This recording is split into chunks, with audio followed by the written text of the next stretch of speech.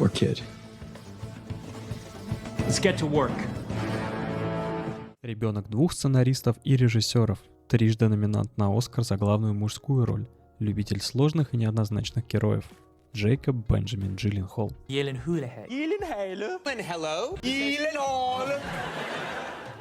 only two places that is pronounced correctly, my last name like you did just now, is in Sweden and in IKEA.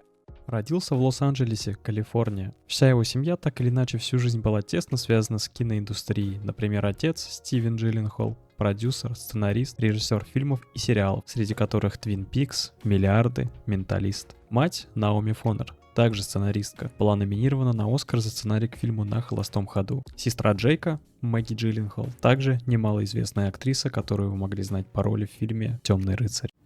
Нет? Ладно. Желаю приятно провести время в тюрьме. Можно с уверенностью сказать, что у Джейка не было ни единой возможности не связать свою жизнь с кино. С раннего детства Джейку оно очень нравилось, а особенно нравилось принимать участие в съемках, поэтому в детстве он появлялся в фильмах своего отца, таких как «Джош и Сэм», «Опасная женщина», «Убойный отдел», «Доморощенный». Свою первую роль Джейк получил в 1991 году, когда он учился в 5 классе, ему было всего лишь 11 лет. Это была роль в фильме «Городские пижоны». Дэниел, представь своего папу и расскажи, чем он занимается. Его зовут Мич, и он командир подлодки. Дэнни. Он работает на радиостанции.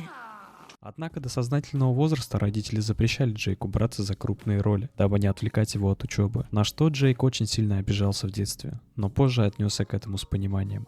Окончив среднюю школу при Гарвардском университете на севере Калифорнии, Джейк поступил в Колумбийский университет. Однако через 2 года после поступления он все-таки решил забросить учебу и посвятить себя кино. Первую главную роль Джилленхолу позволили исполнить только в 17 лет в фильме 1999 года «Октябрьское небо», благодаря которому актер и получил свое первое признание. Затем в 2001 году выходит фильм «Донни Дарко».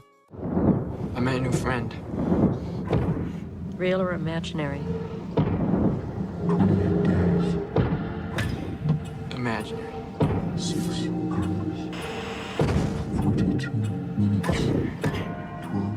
В котором Джейк снялся вместе с своей сестрой. Изначально фильм собрал недостаточно денег в прокате и считался провальным, но все изменилось после выхода на DVD. Фильм, как и самого актера, признали недооцененным, и именно этот фильм дал первый значительный толчок карьере Джилленхола в кино.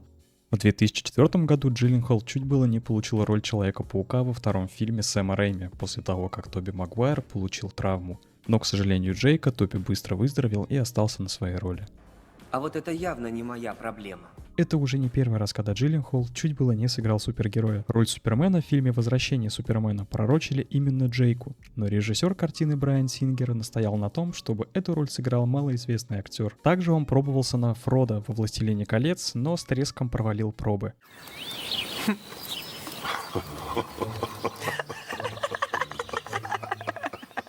2005 год стал плодотворным годом для Джейка, который снялся в успешных фильмах, таких как «Доказательство», «Морпехи» и «Горбатая гора». Фильм стал по-настоящему прорывным для Джейка. В «Горбатой горе» Джилленхол и Хит Леджер играли молодых ковбоев, неравнодушных друг к другу.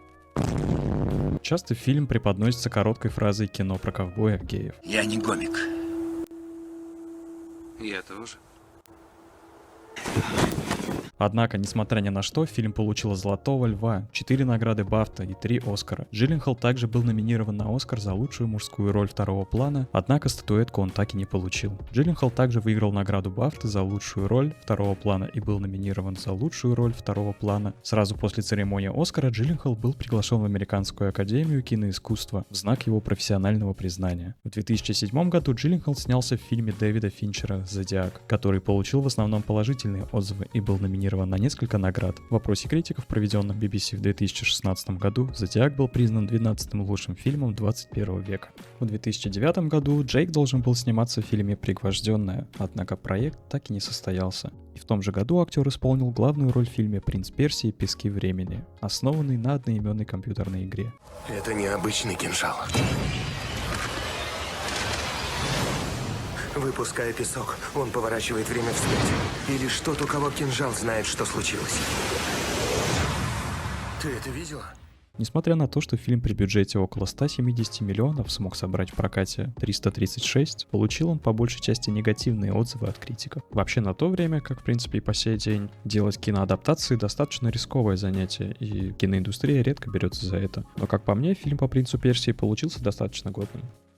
В 2012 году Джейк сыграл одну из главных ролей боевика Дэвида Эйра «Патруль», во время съемок которого Джейк в течение полугода вместе с реальными офицерами участвовал в выездах и задержаниях преступников. Впоследствии фильм неоднократно был признан едва ли не лучшим полицейским фильмом в истории кино. Затем последовало сотрудничество с Дэни Вильнёвым, плодами которого стали детективный триллер «Пленницы» и психологический триллер «Враг», где Джилленхол исполнил сразу две роли — преподавателя истории и его двойника. В 2014 году одна из самых ярких ролей в дебютном фильме Дэна Гилроя «Стрингер», сюжет которого был частично основан на реальных событиях. Во время съемок фильма Джилленхол очень нехило вжился в роль беспринципного журналиста, готового на все ради острого сюжета. На съемочной площадке актер очень много импровизировал. Даже хладнокровный взгляд главного героя являлся частью импровизации. Также во время съемок Джилленхол по-настоящему бил стекло рукой, и приходилось оказывать ему медицинскую помощь прямо на съемочной площадке. За эту роль он получил очередную номинацию на Оскар за лучшую мужскую роль, но вновь премия обошла его стороной. Прокат фильма принес более 48 миллионов долларов при бюджете в 8.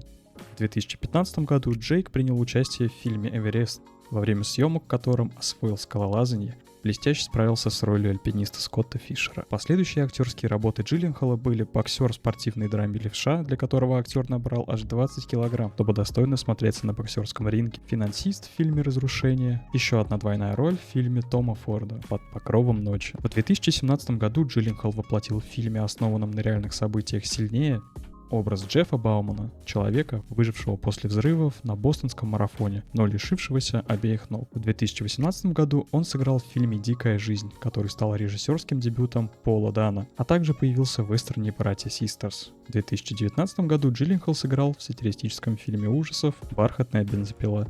В 2019 году Джилленхол снова сблизился с Человеком-пауком. На этот раз в фильме «Человек-паук. Вдали от дома» он исполнил роль Квентина Бека, он же Мистерио. Это мистер Бек. Моему миру нужны такие, как ты. Твоему миру? Он с Земли, но не с нашей. Щелчок проделал брешь в измерении. Вы из параллельной вселенной? Есть работенка. Отказ не принимай. В 2021 году на экраны вышел фильм «Виновный», в котором Джилленхол сыграл главную роль и выступил в роли продюсера. Также в этом году он получил 3 номинации на 74-ю церемонию вручения премии Тони, в том числе в категории «Лучшая мужская роль» за пьесу «Морская дамба». Одна из крайних ролей была в 2023 году в фильме Гая Ричи «Переводчик», где Джилленхол воплотил роль мастера-сержанта Джона Кингли. Несмотря в целом на неплохие оценки и отзывы, фильм оказался провальным и не смог окупить свой бюджет в 55 миллионов, собрав в прокате лишь 22. В заключение хочется сказать, что Джейк Джилленхол невероятный актер, который трижды был номинирован на Оскар, но на момент записи видео, на всеобщее удивление, его так и не получил. В целом, отсутствие Оскара у Джейка, конечно же, не означает, что его актерская игра менее значима и не заслуживает признания. Его талант и вклад в кинематограф продолжают получать высокую оценку критиков, зрителей и фанатов. Ну а у меня на этом все. Спасибо вам за просмотр. Ставьте лайк, подписывайтесь на канал и обязательно напишите в комментариях, о ком бы хотели увидеть следующее видео. Всем пока.